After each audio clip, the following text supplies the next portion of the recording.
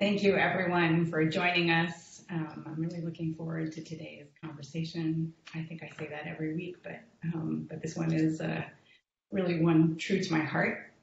Um, just for those of you who are new, who haven't joined one of our weekly programs before, this weekly series is organized by the Wharton Neuroscience Initiative. And the aim of our initiative is to bring together brain science and business in an effort to improve business, drive new discoveries and applications, and enhance the education of future leaders. I'm going to introduce very briefly today's panelists, but they'll also introduce themselves as we begin. So I will keep my introductions and my starting words fairly brief. So first off, I wanted to introduce James Fowelski. He's professor of practice and director of education at Penn's Positive Psychology Center. He's also the director of the Humanities and Human Flourishing Project and an adjunct professor of religious studies. So talk about diversity. Ellen Winner is professor of psychology at Boston College and a senior research associate at Harvard Project Zero. Anjan Chatterjee is a professor of neurology, psychology, and architecture at the University of Pennsylvania, and he's the director of the Penn Center for Neuroaesthetics. And our last panelist is Bill Percy, Bernard C. Watson Director of Adult Education at Philadelphia's The Barnes Foundation. And I'd also like to mention that Bill will need to leave a few minutes early because he's teaching an online class right at 1, so he's not taking off early because he's upset by the conversation, but because of having to move on to his next online venue. And I'm Zab Johnson. I'm the executive director and senior fellow of the Wharton Neuroscience Initiative. And Michael Platt is the faculty director of the Wharton Neuroscience Initiative. He's a professor of marketing, neuroscience, and psychology at the University of Pennsylvania. And Michael Platt and I serve as co-moderators, and we will do so again for today's session. So as always, we'd really like the session to be as interactive as possible. We understand that the Blue Jeans platform has some limitations with us feeling like a community because we can't necessarily see everybody. That's part of our conversation. But we do really want to address questions as they arise. So I would ask that each of you put questions into the chat window that's all part of your application. It's either on the top right or on the top left of your application, of your Blue Jeans window. And that will allow you to both sort of put the question forward so that we can assess when it's appropriate to have you ask that question. Sometimes it takes us a little bit of time for us to get to questions. Sometimes we don't have enough time to get to everybody's questions. And so sometimes the questions get answered within the chat window instead of live over the broadcast. But it also, allows us to sort of curate and make sure that the questions are running with the theme as best as possible. If and when we get to your question, it also helps you remember what your question was. If you can scroll back through and see what it might have been at the time. And what we would ask is that if I invite you to ask your question, that you be willing to put yourself on camera again to make it feel a bit more like a real life event where we are not sequestered alone in our various rooms and houses and apartments, and feel a bit more like a community. So this weekly video conference discussion series focuses on a topic that has neuroscience and business applications of broad interest that's also relevant to current events. So today's conversation is about the arts, neuroaesthetics, and human flourishing. Some of you may know that I'm a visual neuroscientist, and I'm quite passionate about the visual arts, but I'm also a violinist. So I know personally that the arts can be a powerful influence in helping us with issues that can be difficult to process, both for those who create the arts and those that observe and experience them. The arts can help bring about social change and help build perspective and meaning in our lives. And we're also keenly aware that against the backdrop of the past few months and the challenges and the overwhelming impact of COVID-19 around our country and around the world, the recent killings of George Floyd, Breonna Taylor, and Ahmaud Arbery, and so many others have stirred a lot of emotions and pain. and that for Black, Indigenous, and people of color, racism is not a current event, but an everyday reality. We need to show compassion, empathy, and treat everyone with humanity, and we must find better ways for individuals, communities, businesses, and society to understand and address systemic racism. And really that Black lives matter, and that we need to find real solutions that allow all human beings to flourish, which is the topic for today. So in acknowledgement of these recent events and our conversation today, Anjan Chatterjee has a special request and asked that he begin today's program. So I will allow him to take the platform for now. Thank you. Thanks, Zab. I would like to thank Zab and Michael for giving me this space for what I'd like to do. It's a little off the usual programming of these sessions, which I have gone back and looked at a few of them, and I would encourage the audience to do so if they haven't. So at the outset, I do want to acknowledge certain facts, which is that all of the panelists here, and perhaps many of the people joining this call, are incredibly privileged. And the second thing is that all of the panelists, among us, none of us is Black.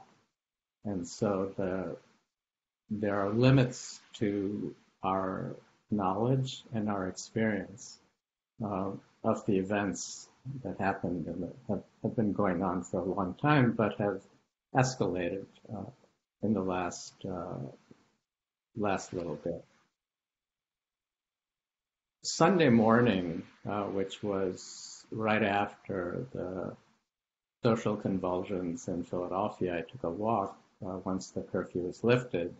I live in Center City, and I took a walk down to where a lot of the protests had happened, and there was a lot to see, but there was one message that was spray painted on a wall that especially stood out to me. It was a simple message, and all it said is, "Can you hear us now?" And I would like us to sit with that message and also point out that we in Philadelphia are deeply rooted in a Quaker tradition, and Penn itself is rooted in Quakerism. And one way in which I think the Quakers are very adept at and very practiced and very thoughtful about is in the power of silence. And the idea that in silence you can empty your mind and sit with the openness to actually hear a message that someone might feel inspired to give. So in the manner of friends and in that spirit, what I would like to ask everybody on this call to take a little bit of time just to be quiet, just to dig into yourself, and to hear the message of the protest, the pain, the anguish, the frustration, to the extent that we can, before we move on to the regular session. So if we could just be quiet for a little bit before we start, when I will turn it back to Zab.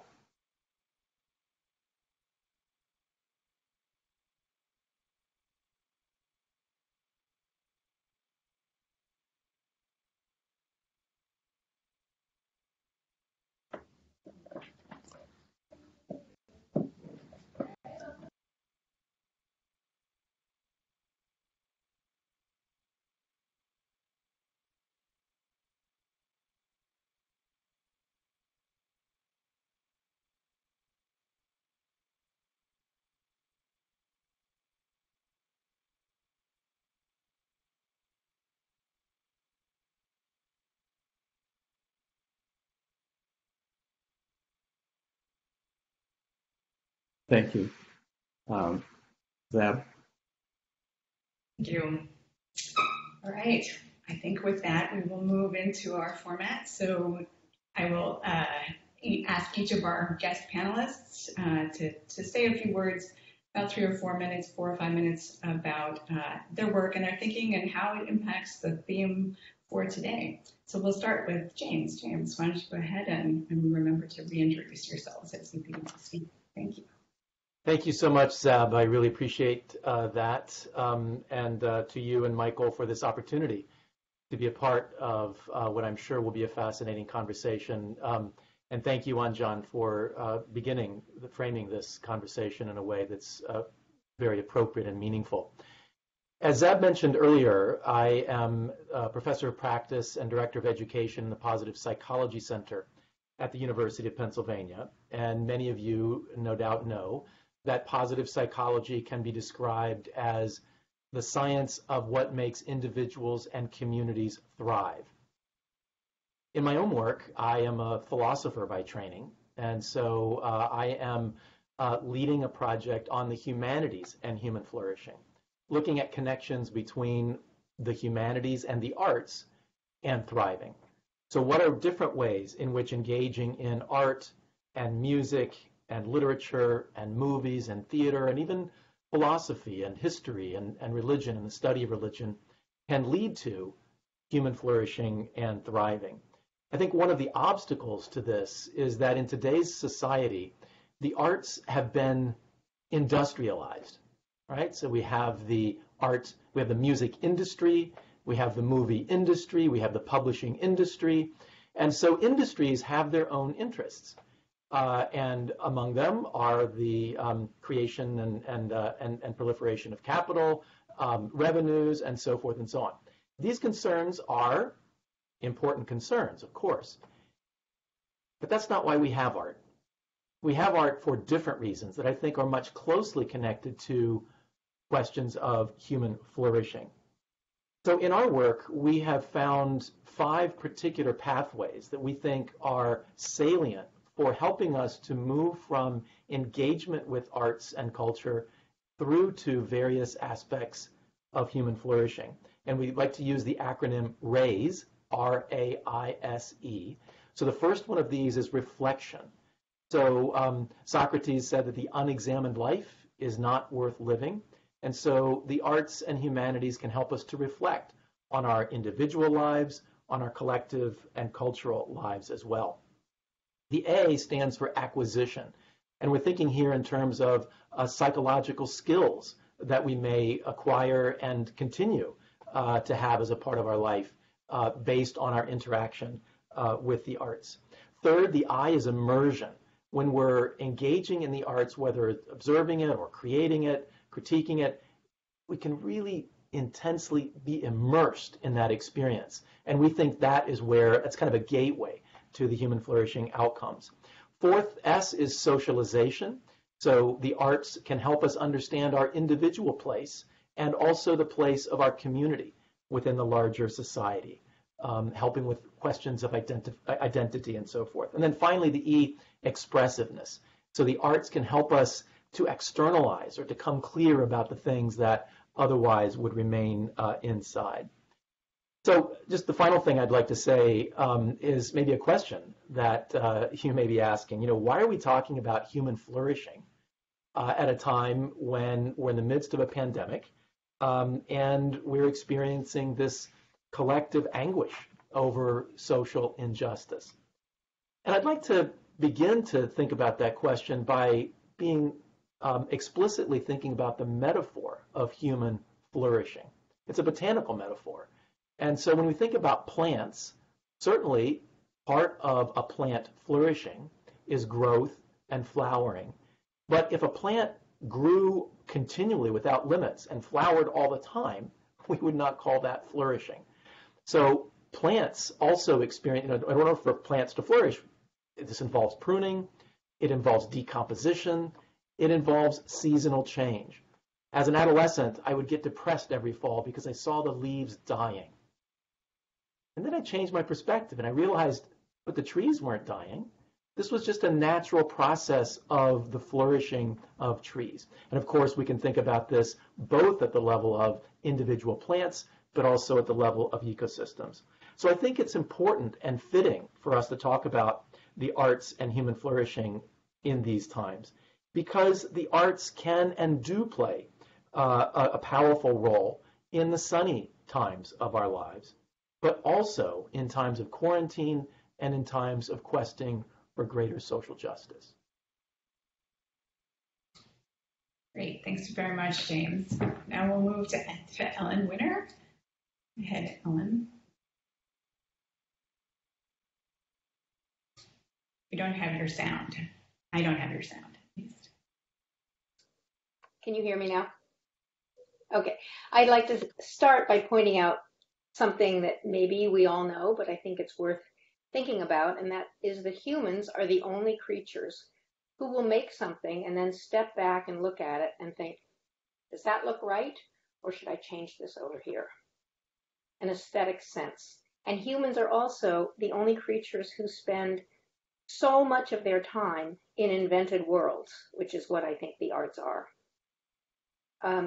So I think that given that, it makes sense for psychologists, one of which I am, to investigate why people do this, what effect the arts have on us.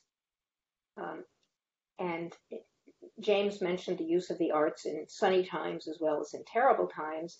I think there's a lot of anecdotal evidence right now that people are turning to the arts during the pandemic, and probably also during the political crisis we're in.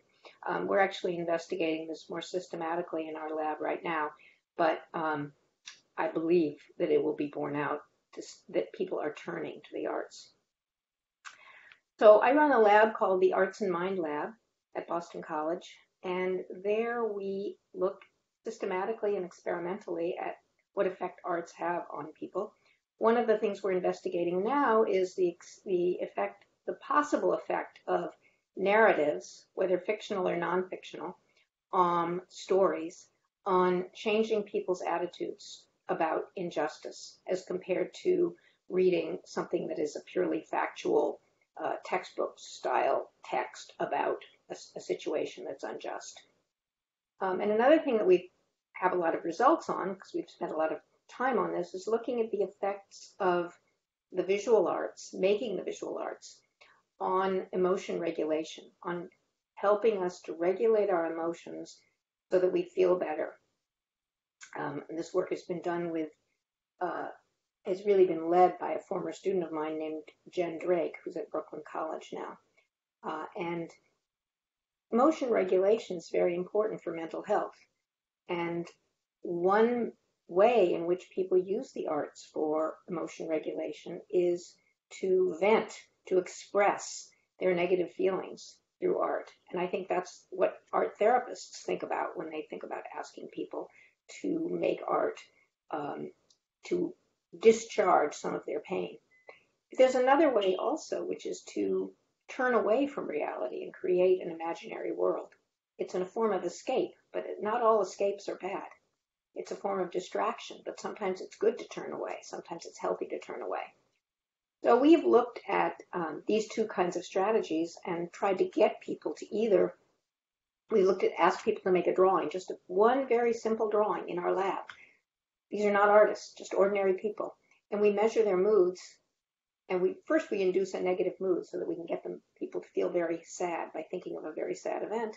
And then we either ask them to make a drawing about the thing that they're so sad about, or to make a drawing about something very different. And we measure their moods afterwards. And we have various control conditions too that don't involve the arts. And what we find is that both distraction and venting through drawing improve people's moods as self-reported. But we also find that the turning away, the creating of an imaginary world, actually improves people's moods more than the venting and expressing, which is not to say that's not a very important function of art. And I think that when times are terrible, people do often use the arts to help make meaning out of what's really terrible in reality, rather than to run away from it. But both modes actually do make people feel better.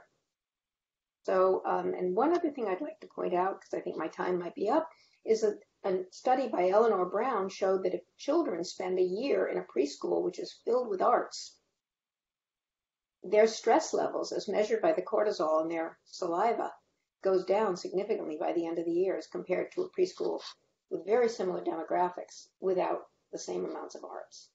So art actually does help us to reduce anxiety and sadness and give meaning to the things that are making us very sad. Okay. Thank you. Great. So that sort of gives you a snapshot, I think, of moving from two perspectives on psychology and behavior. So now I think we'll have Anjan lead in with a little bit more about how this impacts the neurosciences and a little bit maybe about what his center is up to. Thanks, Ab. So Anjan Chatterjee. I'm a neurologist and a cognitive neuroscientist at Penn, and I direct the Penn Center for Neuroaesthetics.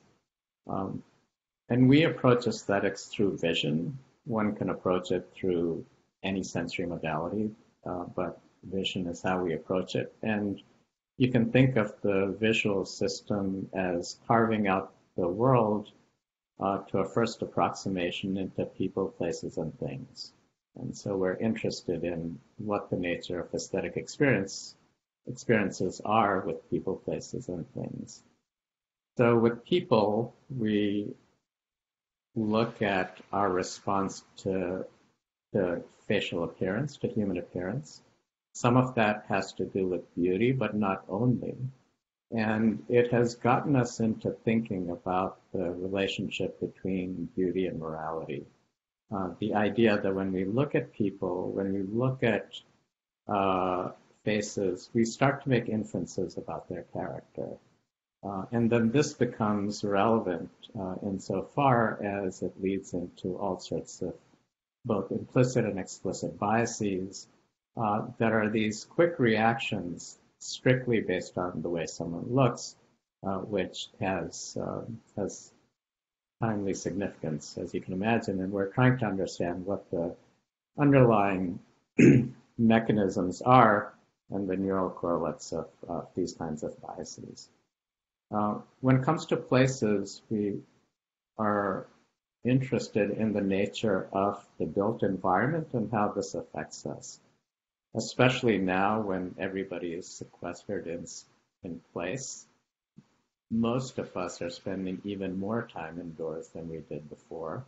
And again, some of us have very nice places in which we can be, and others perhaps don't. And this itself has an effect on people's sense of well-being.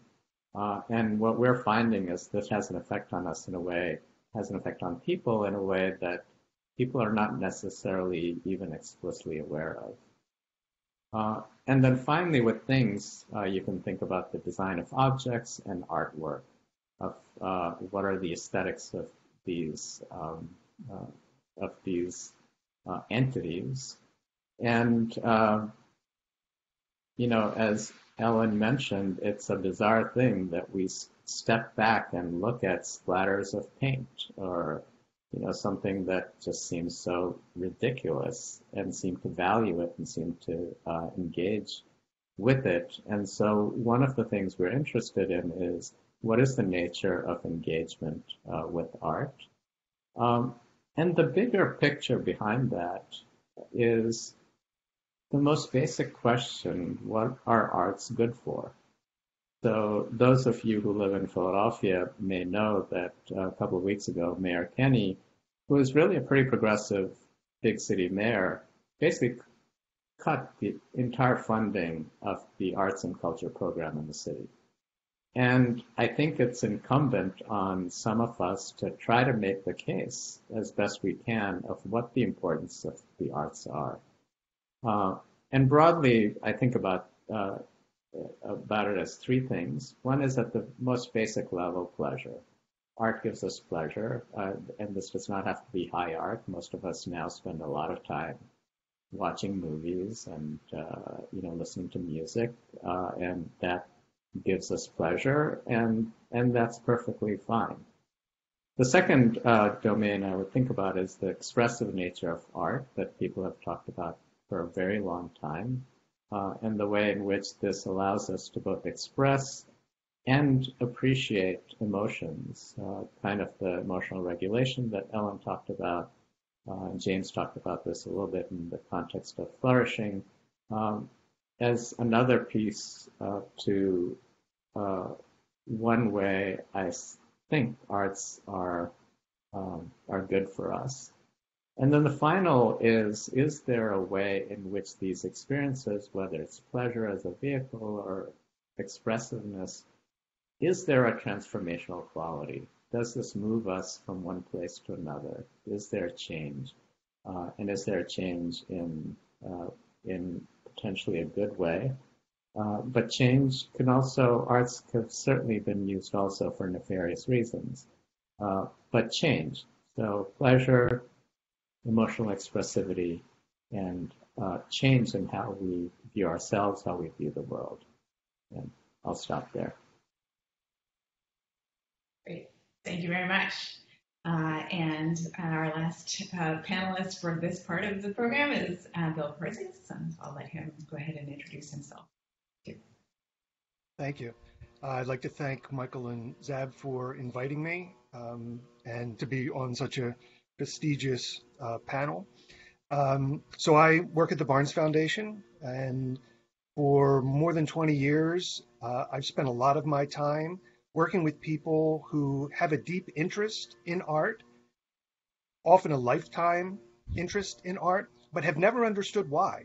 What is it about art that continues to compel them to come back? And so we use a methodology developed by our founder, Albert Barnes, which is based on scientific method and is what we call objective. And that's objective in terms of looking and focusing on a given object. So Dr. Barnes created the Barnes Foundation as a school, and we remain so today, where the collection is our textbook, essentially. And the paintings and objects in the collection are there for our consideration. But also objective in terms of we try to put our subjective responses aside, or at least recognize them, and see if we can't come to a sort of larger sort of group understanding of the experience that we're having with a work of art. Those of you who know the Barnes Foundation, one of the things we're most well known for is the arrangement of our collection in what Barnes called ensembles. And this goes to some of the points that Anjan was talking about. Dr. Barnes was very intentional in creating a space that would be unlike any other space, so that even people who are familiar and comfortable in art galleries, for instance, would come to our collection and would have to reconsider what that experience is like. It's a visually overwhelming experience. And then his hope was that people would come back over and over and over again and consider not only the objects, but the relationship of objects to each other in order to come to a deeper understanding of what art could be. And very much based on the communicative nature of art, that art is a way that one person communicates an experience to somebody else. And if we're sensitive to that, then we're able to understand something of that experience. Obviously not everything, but certainly aspects of that experience. And we've applied this methodology to not just to lay people who are interested in the arts, but to other programs. So one of the reasons that Zab and I first started working together was out of a joint interest in how experiences with art could inform experiences in the business world. I've done similar things with folks in the medical field, whether medical students or interns, and relating how experiences looking and thinking and talking about art can align with the same sort of tasks and responsibilities that they're dealing with daily. And another thing that I've had the ability to do, again, for now quite a long time, is to use art as a way of very much in line with the topic we're talking about today, to be mindful of social justice. An aspect of our institutional history that's often overlooked is Dr. Barnes's deep commitment to social justice in the early part of the 20th century, his engagement with the African American community in particular, his often anonymous support of African American artists. And it's something we continue to do today, and it's something I think in the coming years will be a strengthened part of our mission. And as part of that, I, for many years, have gone to local prison, maximum security prison here in Southeast Pennsylvania, where I work with artists, incarcerated artists, who use the arts as a way of experiencing and expressing something of what their life is like being incarcerated, giving a voice, a visual voice, to people who are often silenced because of incarceration, but also using art as a way of building a community within that institution. And what is profound is to see the care that I work with men, that these men share amongst themselves because they share this love of art and using art as a way of communicating their experiences. Thanks. Thank you. So I guess it looks like Michael wants to ask a question, so I'll let Michael ask a question. It's our show together, Zeb, but it's with such a great panel. How could we not be chomping at the bit to begin asking questions? And but we'll definitely tag team here. But one of the things that strikes me as we've been listening to these comments is kind of what's the similarity and what's the difference between producing art and experiencing art? So Ellen's talked a bit about production of art, but and others here talked about the experience of art. And is there, to what degree are they similar, and to what degree are they different at a psychological, phenomenological, or biological level? This is an open question to the panel. I think that's a really fascinating question. And I'm not sure, we could all speculate about it, but I'm not sure that we have the evidence to answer it clearly. But there's certainly, if I could just speculate for a minute, the idea of pleasure. People get pleasure from making art, and they get pleasure from looking at art. The idea of flow, getting so absorbed in something that you lose sense of time and space, definitely happens from making, probably happens less often from experiencing, but it does happen. And I think also there are differences across art forms. I think that experiencing music may be more absorbing because it takes place over time, and you can't tune it out by looking away as compared to visual arts, which is static and you can look at very quickly and pass by. So I think there's similar, I guess what I'm saying is differences across art forms and probably differences between experiencing and producing, but also a lot of important commonalities, which is pleasure and absorption and flow. Those are really great ideas. I think that they resonate a lot with me. I want to riff off that last bit there in terms of visual arts versus music, and go to Bill because it's something we talked about yesterday with regard to close looking at art. Because we do have this tendency to kind of postage, stamp collect when we run through a museum, spend 8 seconds in front of a piece. But do you think people can achieve that kind of flow state when they actually do close looking? Actually, what I would add to Ellen's list is challenge. I think often that's what people want in art. They don't want it to be really easy. They want something that they have to think about. And what they come to understand through close looking, and a lot of what we do is spend a lot of time looking at a single object and really delving into it deeply. What they find is the layers that really rich works of art have and reveal to us over time. And this is certainly true. That's true in other arts as well.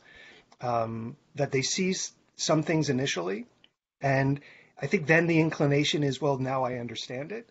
But part of my job is to force them to stay there and look longer and think and ask questions. And little by little, they peel that experience away. And sometimes we can spend half an hour, 45 minutes, or even longer, or sometimes look at the same picture over multiple sessions, and we never exhaust what we see.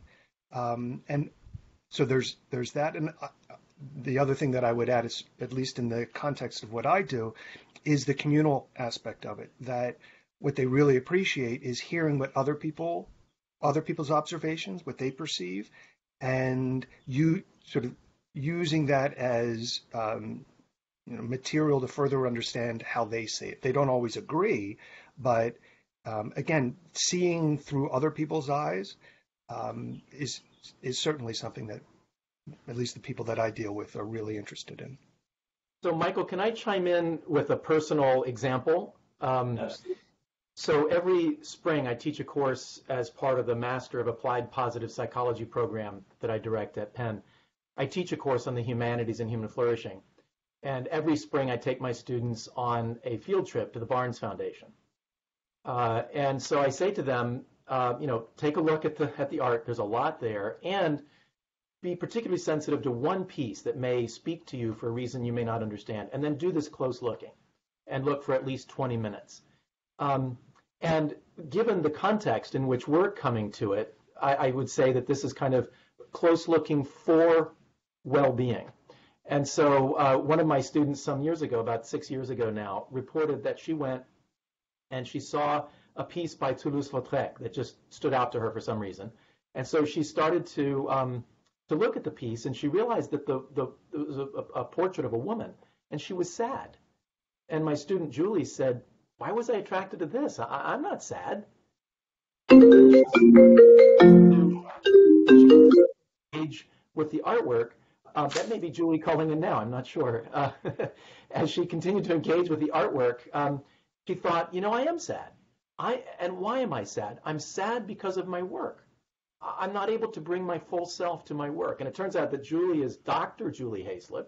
She was a pediatric intensive care specialist at the UVA Medical Center. So if anybody should have a sense of meaning about their work, it would be Julie, right? But she continued to look at the painting, because 20 minutes is a long time when you're looking at just one painting instead of glancing at everything around, right? And so she continued to look at the woman in the painting, and she thought, this woman is not only sad, but she's also determined. And furthermore, in the painting, behind the woman was a window. So this woman could change her circumstances. So Julie thought to herself, I'm determined. I could change my circumstances. What could I do? And she thought, the nursing school at UVA, they're doing the kinds of things there that I am more interested in, which was really working on flourishing and resilience for medical care practitioners.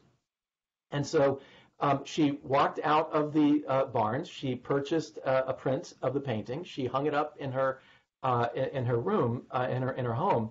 I happened to see Julie last year at a conference, now some 6 years after the class. And I said to Julie, was this just one of those immersive experiences that you get caught up in and makes a great story, or did it really change anything about your life? She said, it totally changed my life. I went home, I called up the nursing school, I said, I know you don't normally hire doctors, but I want to help with resilience and well-being for medical practitioners.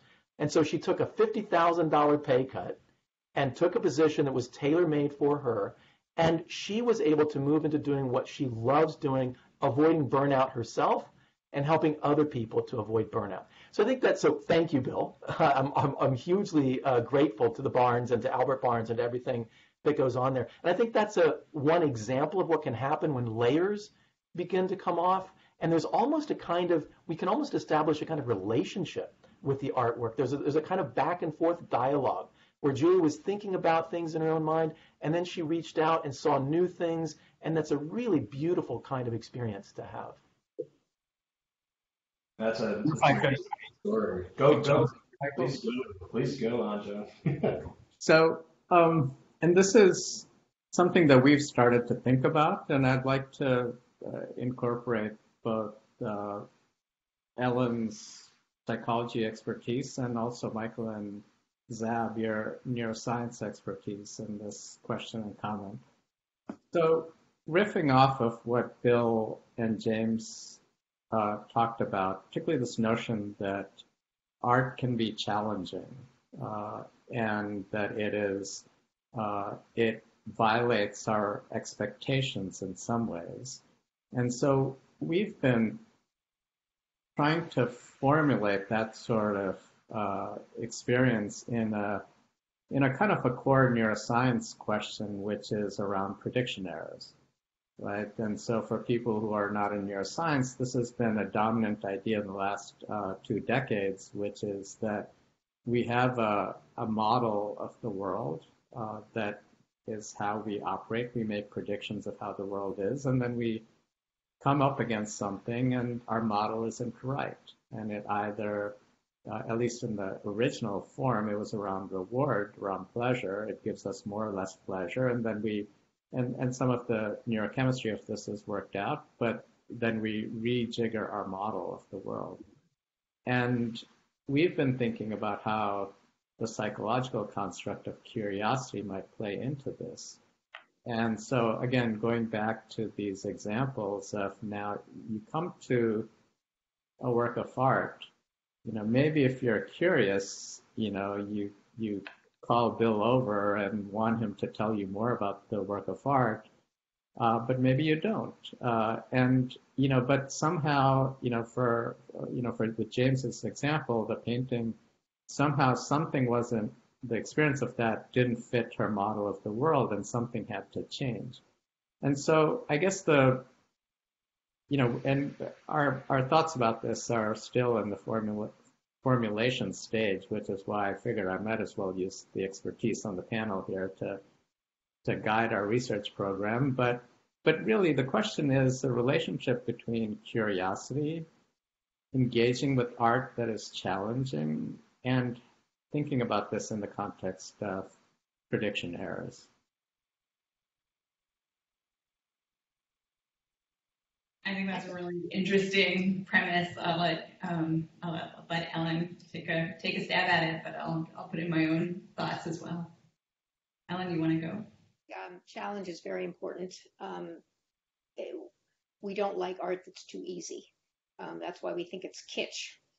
We want art that challenges us and that takes us a while to understand. This is what the psychologist Daniel Berline wrote about quite a long time ago, about the pleasure from art that comes from facing something you don't understand, but then being able to resolve the lack of understanding. And there's a contemporary researcher named Matthew Fowelski who studied this in an art museum and is trying to show that when people approach art that's challenging, you don't feel particular pleasure in the beginning, but then you're curious enough to try to resolve it, and then that resolution brings you a form of satisfaction. I don't think this has been studied very much, but I think it's really important. We don't like art that's very easy. Leonard Meyer wrote about this with music, that we are we like to have our expectations violated, and then that creates a form of interest, and then it gets resolved. So art is about making us think. And one of my students, I'll just say one more thing. One of my students just finished a survey study of what people think the most important functions of a museum are and why they visit museums. And her name is Claire Murray. She's at the Harvard Graduate School of Education. And she found that people, both visitors and staff, believe that the most important function of a museum is an educational function, including challenging us to think. But if you ask them why they came to the museum that day, or why the staff members believe people came to the museum, it's to have an entertaining time. So there's a real disjunction between their beliefs about what art museums are for and what they actually use art museums for. Great, thanks. I mean, I think as a visual neuroscientist and as a musician, I think a lot about this role of ambiguity and resolution. So, there's been this long time study of why we need musical resolution, right? Why there are these building steps to the way that we generate music, and how we're left feeling sort of hanging if we don't have that resolved. And I actually think that the counterpoint to that, a lot of times, from my own perspective, is on the visual arts, where oftentimes there isn't, there isn't really a resolution. There is so much ambiguity in your perspectives and what's known, and being able to tell something is something when it's not representational. I mean, there are lots and lots of other instances too. Where there's uncertainty, but it doesn't necessarily resolve, and yet you end up feeling sort of more completed by that kind of a challenge. I think there might be different brain mechanisms at play in those kinds of experiences. But I think that they can both be compelling. But I love, Anjan, I love your idea about this idea of the nature of curiosity. And from my own perspective, I also think we don't give ourselves enough time in this world, oftentimes, right, to have these deeply immersive experiences. We move from one thing to the next. I wouldn't say that there's there's a shortage of attention. I think the human attention span is the same as it has always been, but there are many more diversions. And we're not allowing ourselves to do a lot of close observation. So I wondered, James, in that context, and Anjan, whether you might speak to this idea of what we know is at play from both the psychology and the neuroscience perspective of allowing ourselves to have more of that time in that space in order to have that kind of processing. I just want to make, before James, I'll let you go, I just want to make one brief footnote, since Zab said your idea of curiosity. I want to be clear, this is, in my lab, is being driven by Stacey Humphreys, one of my postdocs, so I don't want to sort of claim authority over this idea. So go, James. Yeah, great question. I think that attention is such a key part of this overlap that we're examining among art and neuroscience and human flourishing. And I agree, Zab, that we tend to have so much, we're overstimulated, and we don't have or don't feel like we have the time to engage with something very long because there's something else. It's like a kid in a candy store. This candy's great, but that candy's great too. So Ellen, to the point that you were talking about, I think is fascinating, the difference between the belief about the role of museums, but the motivation. I think oftentimes we lack a kind of what I like to call threshold effort. And so we tend to be reluctant to exert this effort when we're just on our own. Teachers can encourage us to exert this effort. And so we get into a project, and once we're in it, we often find, oh, this can be very satisfying, right? But when we're on our own, I think we oftentimes fall short of the effort required to overcome that threshold. And it seems to me that, again, attention is really important here. And viewing art and creating art can be, in some ways, very meditative. It can be very focusing. Flow has been mentioned, which also is about attention. So again, in our work, it seems that this question of attention and immersion, fully connecting to something, may well be a key gateway toward engagement and then toward the well-being outcomes that we're looking for. And if I could just make one comment here, I think that museums can help people to make the effort to be puzzled by setting up exhibits where there's a real puzzle to be solved. I remember one of the most fun exhibits I saw paired forgeries with originals and asked people to guess, and then asked people to look really closely so you could see if you could see the difference. And I know in the new MoMA they've organized some rooms by themes, where you have artworks from very different cultures and time periods that share similarities, and it forces you to look in a certain way that you hadn't looked before. So I think that museums do play a role in helping to challenge people's thinkings by the way they set up exhibits.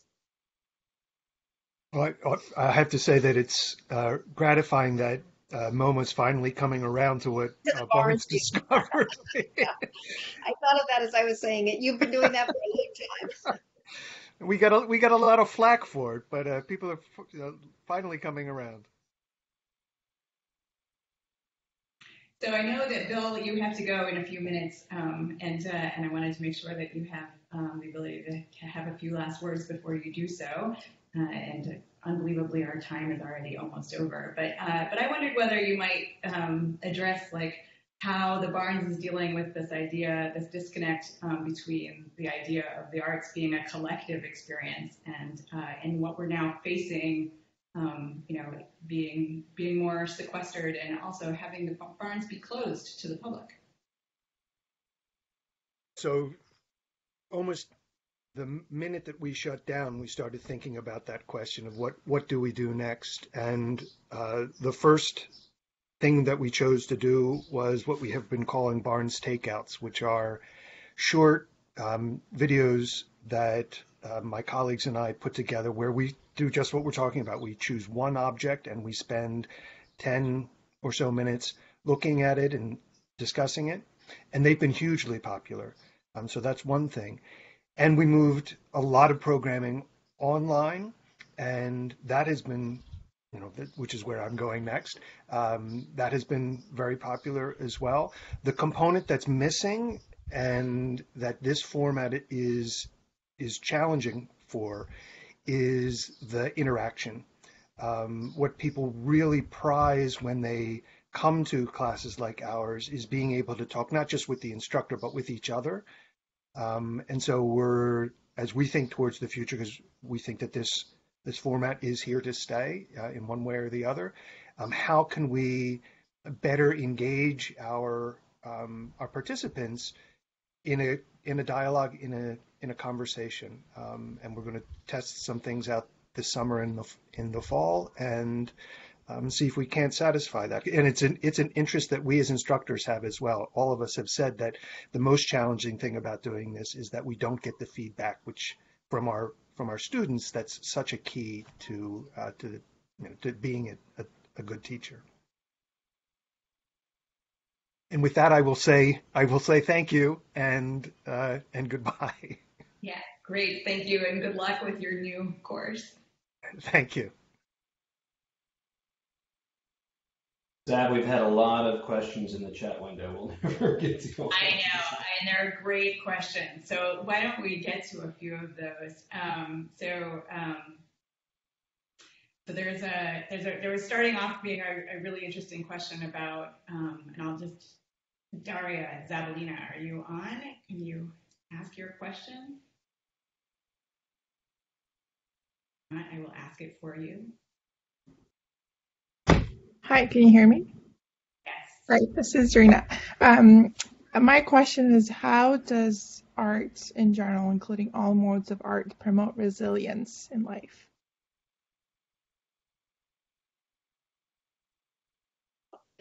I'll take a stab at that. If by resilience you mean staying mentally healthy, being able to survive trauma and get past it and maybe grow from it, I don't think there's any studies demonstrating this causally, but I think that we can make some inferences that if art is a way of helping us regulate our emotions, and emotional regulation is important to mental health, and then art may well help with resilience. And why are people turning to the arts during the COVID pandemic and now during the political strife that has just erupted? I think people are turning to the arts for I think we will see people making murals and posters about the political strife. And that suggests to me that people in times of need turn to the arts in order to help them come to terms with something, make meaning about it, put it in perspective. And so I think there's a very good chance that art making and art viewing promotes mental health strength, which is certainly part of resilience. And can I piggyback on that? I think that's a great answer, Ellen, and a great question. I also think really crucial here is connection. In the work that I've been doing, if I had to say in one word, what people seem to come to in terms of the value of arts and culture, it's connection. And not just superficial, like, oh, hi, how are you, chit chat kind of thing, but really deep connection. We all long for this kind of deep connection. And I think that one of the things that that we can turn to during times when we're sequestered is actually finding connections, even if we can't physically with other human beings, culturally through these works. And that seems to me to be an enormously important part of resilience. If we feel like we're just all alone trying to face these things by ourselves, that's an uphill battle. But if we know that we're in company with others and we can feel deeply connected, like I feel connected on this panel, even though we're all looking at screens. And I think art can really help us to do that effectively. And if I could just add one sentence, when we're looking at art or experiencing art, we're also connecting to the mind of the artist, or our imagined mind of the artist, which is a powerful form of connection. Wonderful. We have only a couple of minutes left. I mean, I wish we had a few hours. Maybe we'll revisit this panel in another month or two. But one of the things that our the community who joins us, I think, really gets a lot out of is when our panelists kind of tell us something personal about how, you know, in this case, the topic of the arts and human flourishing might be impacting them in their own life.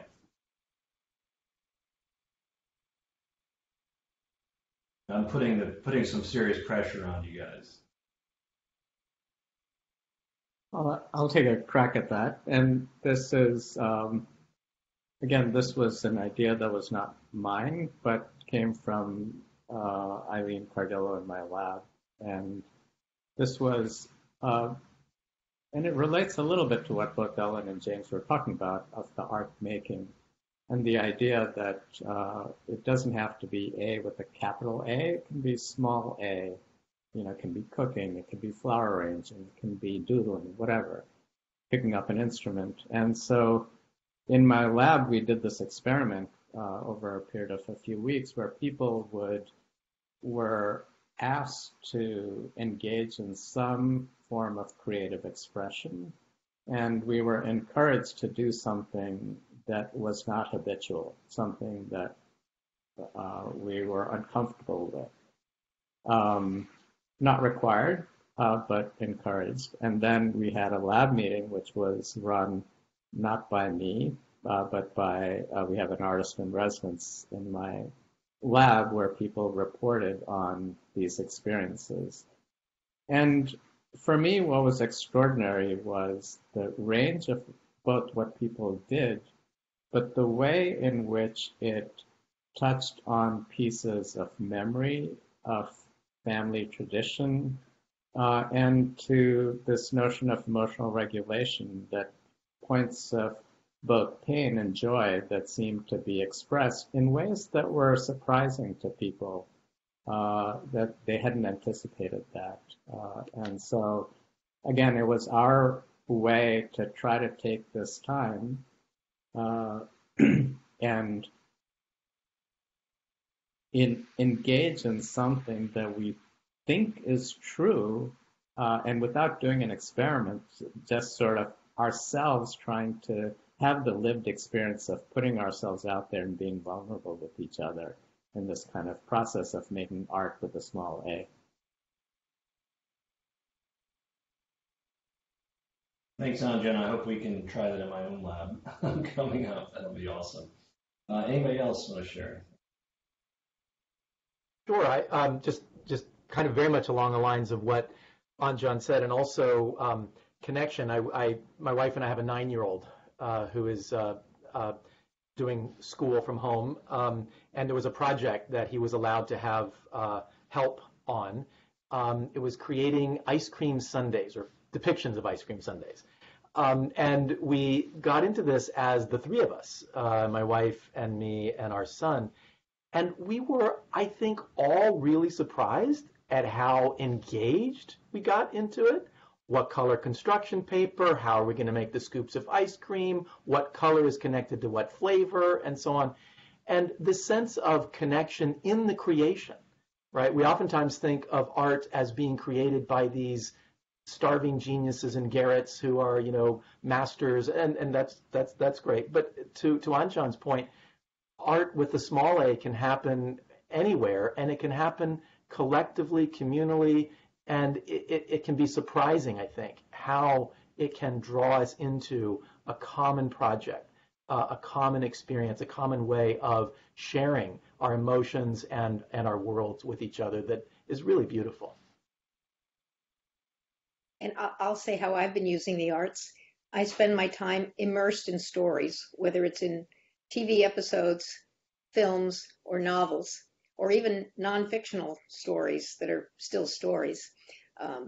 And I've also we just moved to a new apartment from a house where we'd lived for 30 years. And visually, I've been also spending my time stepping back and thinking, does this look right here? Does this look right here? Engaging my aesthetic sense. And it's amazing how much time I spent on both those two activities when I should be spending all my time on work. And we should definitely not be spending all of our time at work. I think that's the message of the moment right now. I think there are some, big things for us to be able to contemplate. And I thank everybody. I thank our panelists for just an extraordinary and wonderful discussion. I wish we had another couple of hours with you. I love the idea of making sure that we can come back, recheck in, and ask more questions. There are so many questions in our chat window. I can now download those questions, and so maybe there will be an opportunity for us to address some of those and answers as well, answers as we have them. But thank you to our incredible panel. Thank you for all the attendees and for your curiosity and your willingness to embark on this journey with us.